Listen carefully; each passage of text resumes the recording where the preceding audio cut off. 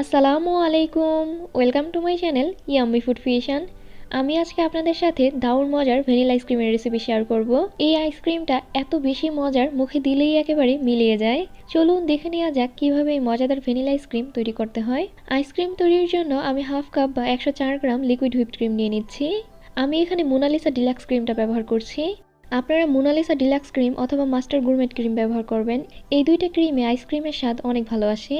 হাতের কাছে এই দুইটা ক্রিম না থাকলে অন্য যে কোনো ক্রিমও এখানে ব্যবহার করতে পারেন, কোনো সমস্যা নেই। বিটারের সাহায্যে ক্রিমটা লো স্পিডে 1 মিনিটের জন্য বিট করে নিচ্ছি।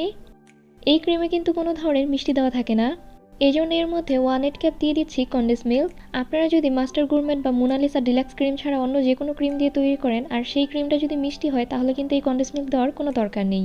কনডেন্স মিল্ক দিয়ে আবারও 1 মিনিটের জন্য বিট করে নিচ্ছি। ক্রিমটা যখন এইরকম ঘন হয়ে আসবে, তখন এর মধ্যে হাফ কাপ বা 100 গ্রাম দিয়ে দিচ্ছি পেস্ট্রি ক্রিম। ঠিক যতটুকু হুইপড ক্রিম আমরা ব্যবহার করব, ততটুকুই আমরা পেস্ট্রি ক্রিম ব্যবহার করব। লিঙ্কটা আমি ডেসক্রিপশন বক্সে দিয়ে দেবো, আপনারা অবশ্যই দেখে নেবেন। পেস্ট্রি ক্রিম ছাড়া আইসক্রিমের মধ্যে ফমি ভাবটা আসবে, কিন্তু ক্রিমি ভাবটা আসবে না।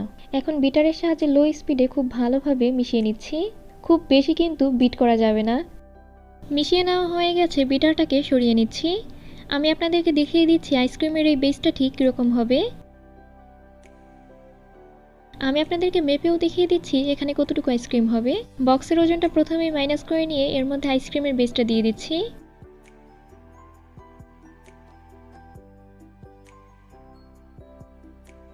এখানে 235 গ্রামের আইসক্রিম হয়েছে। খুব ভালোভাবে কয়েকবার ট্যাপ করে নিচ্ছি। ঢাকনা দিয়ে ঢেকে ফ্রিজে ডিপে রেখে দিচ্ছি 1 ঘন্টার জন্য। এটা ডিপেন্ড করে আপনাদের ফ্রিজের পাওয়ারের ওপরে। আপনাদের ফ্রিজের পাওয়ার যদি খুব ভালো হয়, তাহলে 30 মিনিট পরই বের করে নেবেন। 1 ঘন্টা পর আইসক্রিমের বক্সটা ফ্রিজ থেকে বের করে উপর থেকে নিচ খুবই হালকাভাবে একটু উল্টিয়ে দিচ্ছি। এটা কিন্তু আর বিট বা মিক্স করতে হবে না, শুধুমাত্র উপরের আইসক্রিমটা নিচে এবং নিচের আইসক্রিমটা উপরে দিয়ে দিচ্ছি। উপরের দিকটা সমান করে নিয়ে আবারও ফ্রিজে ডিপে রেখে দিচ্ছি 6 ঘন্টার জন্য। 6 ঘন্টা পর আমাদের আইসক্রিম এখন পুরোপুরি রেডি। এখন এই আইসক্রিম সার্ভ করে নিচ্ছি।